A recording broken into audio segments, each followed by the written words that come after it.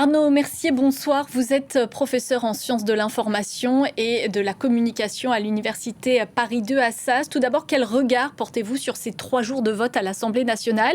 Est-ce que ça se passe toujours comme ça ou là, c'est quand même particulier? C'est forcément particulier parce que on a affaire à des mœurs de la Troisième ou de la Quatrième République, alors qu'on est dans la Cinquième République. Et ça, c'est très logique parce que la Cinquième République, telle que l'a voulu le général de Gaulle, elle repose sur le suffrage, sur le scrutin majoritaire pour le Parlement, avec l'idée que le camp qui arrive en tête au premier tour démultiplie sa puissance au second et finit par obtenir une majorité.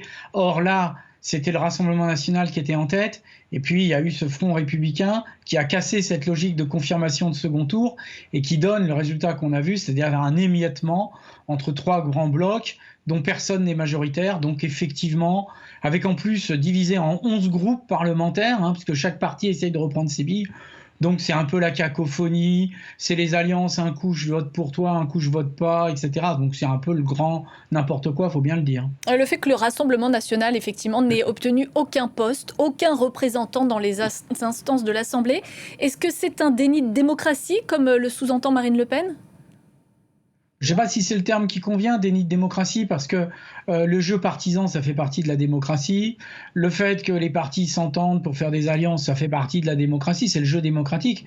Mais en tout état de cause, ce qu'on peut dire, c'est que c'est pas très démocratique de se dire que le premier parti représenté au Parlement n'est rien, et qu'il est même plutôt moins que ce qu'il avait la dernière fois en 2022. Il avait 2 vice-présidences, alors même qu'il avait 50 députés de moins. Donc on voit bien, mais c'est pareil d'ailleurs, le parti Ensemble, le parti du président, reprend la majorité, reprend pardon, la présidence de l'Assemblée nationale, alors qu'ils ont perdu presque 90 députés. Donc il y a plein de choses qui ne sont pas effectivement très logiques par rapport aux équilibres sortis du scrutin.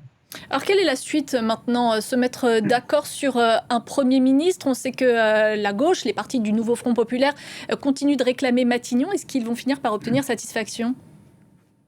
On peut penser que non, parce que moi je pense que le scrutin qui est le plus décisif dans toute la séquence, c'est celui qui a permis à Yaël Braun-Pivet de reprendre son poste au perchoir, et qui nous dit qu'il y a en effet une voie possible d'alliance entre l'ensemble de la majorité présidentielle, enfin l'ex-majorité présidentielle, puisqu'ils ne sont plus majoritaires, et LR, autour d'un programme législatif, comme l'a annoncé M. Wauquiez. Et donc on peut penser que ce qui se dessine, ça serait une alliance à droite, avec le centre-droit, centre-droit et droite, donc, pour un gouvernement certes minoritaire, mais qui aurait si vous voulez, l'aval du président Macron. Et en tout cas, c'est ça, à mon avis, qu'il va essayer de monter dans le mois qui vient. Et je pense que voilà, ça sera au moins ça qui sera tenté en premier. Peut-être qu'après, la gauche pourrait le faire, je ne sais pas, si jamais il y avait échec de la première solution.